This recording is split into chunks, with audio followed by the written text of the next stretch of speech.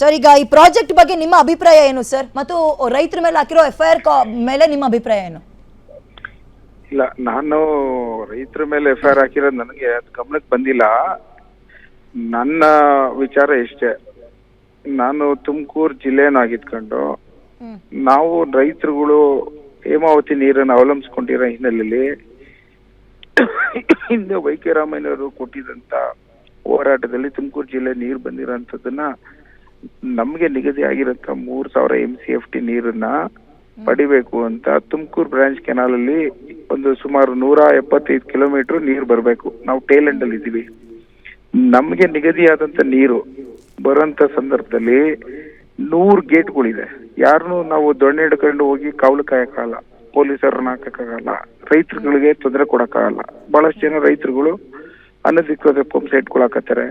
ಬಹಳಷ್ಟು ಜನ ರೈತರುಗಳು ಊರುಗಳಲ್ಲಿ ಗೇಟ್ಗಳನ್ನು ಓಪನ್ ಮಾಡ್ಕೋತಾರೆ. ಎಷ್ಟೊಂದು ಇಡಗ್ಲೂರು ಗೇಟ್ ಅಂತ ಇದೆ, ನಾನು ಬಹಳಷ್ಟು ಸಲ ಹೋಗಿ ಕಾವಲಕ್ಕಾದೆ, ನಿಲ್ಸಕ್ ಆಗ್ಲಿಲ್ಲ. ಆ ಕಾರಣಕ್ಕೋಸ್ಕರ ನಮ್ದು ಏನಿದೆ ನಿಗದಿ ಆಗಿರೋದ್ರಿಂದ ಪೈಪ್ ಲೈನ್ ಮೂಲಕ ನಾವು ನಮ್ಗೆ ಕುಡಿಗಳಿಗೆ ಎಷ್ಟು ಬೇಗ ಕೊಡ್ಬೇಕಾಗಿರುತ್ತದೆ ಕೊಡಿ, ಒಂದೇ ಒಂದು ಹನಿನೂ ಎಕ್ಸ್ಟ್ರಾ ಕೊಡ್ಬೇಡಿ ಅಂತ ಕೇಳಲಿಕ್ಕೋಸ್ಕರ ಈ ಕಾರ್ಯಕ್ರಮ ಕಾಮಗಾರಿ ಮಾಡ್ತಿರುತ್ತದೆ.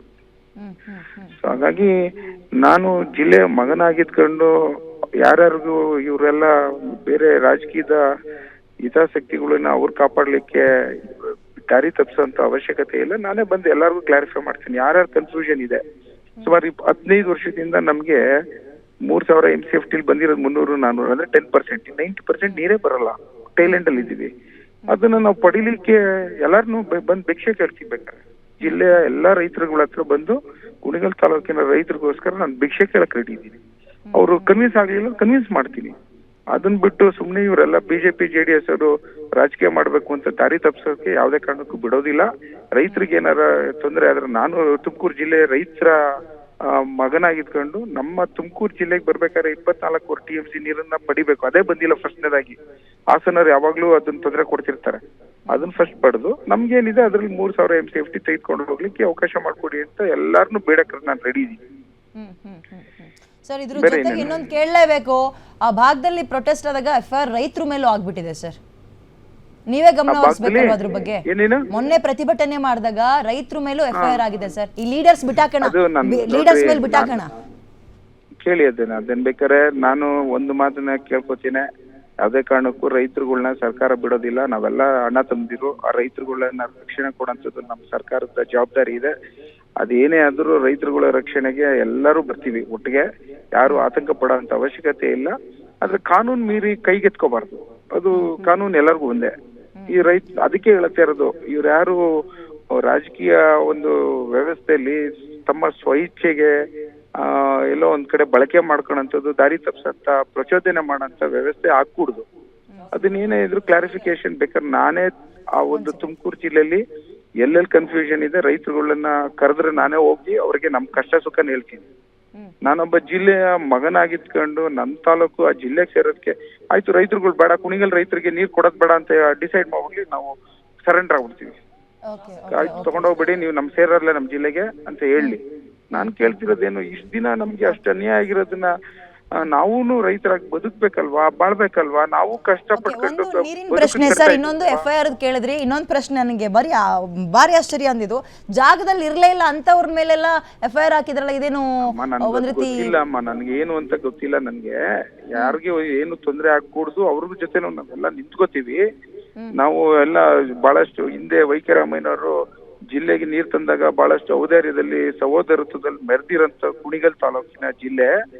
ನಾನು ಸಹ ಅವ್ರಿಗೆ ಏನಾರ ಅನ್ಯಾಯ ಆದ್ರೆ ಅವ್ರ ಜೊತೆ ನಾನು ನಿಲ್ತೇನೆ, ಎಲ್ಲಾ ರೈತರುಗಳಿಗೆ ಜೊತೆ. ಬಟ್ ನನ್ಗೆ ಕೇಳ್ತಾ ಇರೋದೇನು ಅಂತಂದ್ರೆ, ನನ್ ತಾಲೂಕಿಗೆ ಬರೋಂತ ನೀರನ್ನ ಪಡಿಲಿಕ್ಕೆ ಯಾಕೆ ಹಿಂಗೆ ರಾಜಕೀಯದ ಒಂದು ವ್ಯವಸ್ಥೆನ ಬಳಸ್ಕೊಂಡು ದಾರಿ ತಪ್ಸಂತ ರಾಜಕಾರಣಿಗಳು ಮಾಡೋದು ಎಷ್ಟು ಸರಿ ಅನ್ನೋದನ್ನ ಜನಕ್ಕೆ ಗೊತ್ತಾಗಬೇಕು. ನಾನು ರೈತರುಗಳು ಬಂದು ಯಾರು ಕರೆದ್ರು ತುಮಕೂರು ಜಿಲ್ಲೆಯಲ್ಲಿ ನಾನೇ ಬಂದು ಅಡ್ರೆಸ್ ಮಾಡ್ತೀನಿ. ಇನ್ನೊಂದು ಪ್ರಶ್ನೆ ಸರ್, ಓಪನ್ ಕೆನಾಲ್ ನೀವು ಅದು ಸರಿ ಅಂತೀರಾ ಅಥವಾ ಈಗ ಮಾಡ್ತಾ ಇರೋದು ಸರಿ ಅಂತ ಒಪ್ಕೊಳ್ತೀರಾ? ಕರೆಕ್ಟ್. ಇವಾಗ ನಾನು ಕೇಳ್ತೀನಿ, ಓಪನ್ ಚಾನಲ್ ನಿನ್ ಮನೆ ಮುಂದೆ ಬರ್ತಾ ಇರುತ್ತೆ. ನೀವು ರೈತರುಗಳು ಅನಧಿಕೃತವಾಗಿ ಕುಣಿಗಲ್ ನಿಗದಿ ಆದಂತ 15 ದಿನದಲ್ಲಿ ಬರ್ಬೇಕಾದ್ರೆ ಒಂದು 50,000 ಅನಧಿಕೃತ ಪಂಪ್ ಸೆಟ್ಗಳು ಯೂಸ್ ಮಾಡ್ತಾರೆ. ನಾನು ಅದನ್ನ ಹೋಗಿ ಅವರು ರೈತರುಗಳೇ, ನಾನು ಅದನ್ನ ಅಡ್ಡಪಡಿಸಕ್ಕಾಗತ್ತಾ? ಹೇಳಕ್ಕಾಗತ್ತಾ? ಅದನ್ನೆಲ್ಲ ನಾವು ಕಾನೂನು ಕ್ರಮ ತಗೊಳಕ್ಕಾಗತ್ತಾ? ಆ ಕಾರಣಕ್ಕೋಸ್ಕರ ನಾವು ಕ್ಲೋಸ್ ಪೈಪ್ ಲೈನ್ ಅಲ್ಲಿ ನಾವು ತಗೊಂಡ್ ಹೋಗ್ತಿದೀವಿ ಅಂತ ಹೇಳ್ತಾ ಇದೀವಿ. ಏನ್ ತಪ್ಪು? ನೀವು ಎಲ್ಲಾರ್ದು ತೃಪ್ತಿ ಆದ್ಮೇಲೆ ನಂಗೆ ಲಾಸ್ಟ್ ಅಲ್ಲಿ ಕೊಡ್ಲಿ. ಅದು ಕಂಪ್ಯೂಟರ್ ಆಪರೇಟೆಡ್ ಗೇಟ್ಸ್ ಗಳು ಮಾಡ್ತಾ ಇದಾರೆ, ಹೊಸ ಟೆಕ್ನಿಕ್ ಮಾಡ್ತಾ ಇದಾರೆ. ಪ್ರಶ್ನೆ ಸರ್, ಕುಣಿಗಲ್ಲೇ ಟೇಲ್ ಎಂಡ್ ಅಲ್ಲಿ ಇದೆ, ಈಗ ಅದನ್ನ ಎಕ್ಸ್ಟೆಂಡ್ ಮಾಡ್ಕೊಂಡು ಹೋದ್ರೆ ಕುಣಿಗಲ್ಲಿಗೆ ಈಗ ಬರ್ತಿರೋ ನೀರು ಕಡಿಮೆ ಆಗುತ್ತೆ ಅಂತಾರೆ, ಹೌದಾ?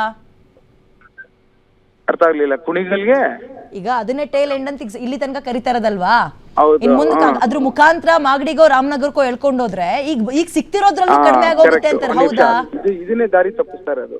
ರಾಮನಗರಕ್ಕೆ ನೀರನ್ನ ಅಲಾಟ್ ಮಾಡಿಲ್ಲ. ಏನಿದ್ರು ಮಾಗಡಿಗೆ 500 MCFT ಅಂತ ನೀರಿದೆ, ಅಲಾಟ್ಮೆಂಟ್ 20 ವರ್ಷದಿಂದನೂ ಆಗಿದೆ. ಬಟ್ ಆದ್ರೂ ಸಹ ಒಂದು ಮಾತನ್ನ ಹೇಳಲಿಕ್ಕೆ ಇಚ್ಛೆ ಪಡ್ತೇನೆ, ಮೊನ್ನೆ ಸರ್ಕಾರದವರು ಅದು ನಿರ್ಧಾರ ತೆಗೆದುಕೊಂಡು ಈಗ ಸದ್ಯದಲ್ಲಿ ಕುಣಿಗಲ್ಗೆ ಮಾತ್ರ ಸೀಮಿತ ಅನ್ನೋದನ್ನ ನಿರ್ಧಾರನ ಅವ್ರು ವ್ಯಕ್ತಪಡಿಸ್ತಾ ಇದ್ದಾರೆ. ಅದು ಸರ್ಕಾರದವರು ಮುಂದಿನ ದಿನಗಳಲ್ಲಿ ಘೋಷಣೆ ಮಾಡ್ತಾರೆ. ನಾನು ಕೇಳ್ತಿರೋದು ಕುಣಿಗಲ್ಗೆ, ನಾನು ಕೇಳ್ತಿರೋದು ರಾಮನಗರಕ್ಕಲ್ಲ. ನಾನು ಅದಕ್ಕೋಸ್ಕರನೇ ನಿಮ್ಗೆಲ್ಲರಿಗೂ ದಾರಿ ತಪ್ಪಿಸೋಂತ ವ್ಯವಸ್ಥೆನ ಹಾಕ್ಕೊಡ್ದು ಅಂತ ಹೇಳಿ ನಾನೇ ನಿಮ್ ಟಿವಿಗೆ ಒಂದ್ ದಿವಸ ಕರೀರಿ, ನಾನೇ ಬಂದು ಅಡ್ರೆಸ್ ಮಾಡಿ ಅದನ್ನೇನಿದೆ ನನ್ಗೆ ಎಲ್ಲಾರ್ಗು ಕ್ಲಾರಿಫೈ ಮಾಡ್ತೀನಿ. ಒಂದೇ ಪ್ರಶ್ನೆ ನೇರವಾಗಿ ಕೇಳಿ ಸರ್. ನಂದು 2 ಪ್ರಶ್ನೆಗಳಿದಾವೆ. ನಾನು ರಾಜುಗೌಡ ಅಂತ JDS ವಕ್ತಾರ ಮಾತಾಡ್ತಾ ಇದ್ದೀನಿ. ನಮ್ಮ ಪಕ್ಷದಿಂದನೂ BJP ಪಕ್ಷದಿಂದನೂ ಯಾವ ಗೊಂದಲಗಳಿಲ್ಲ.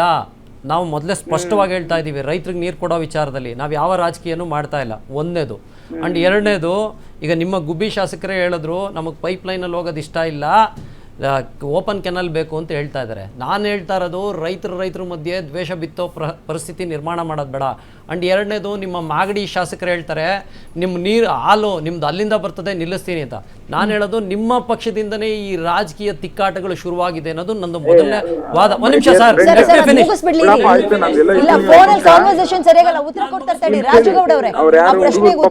ಅವ್ರಿಗೆಲ್ಲ ಅರ್ಥ ಆಗ್ತಿಲ್ಲ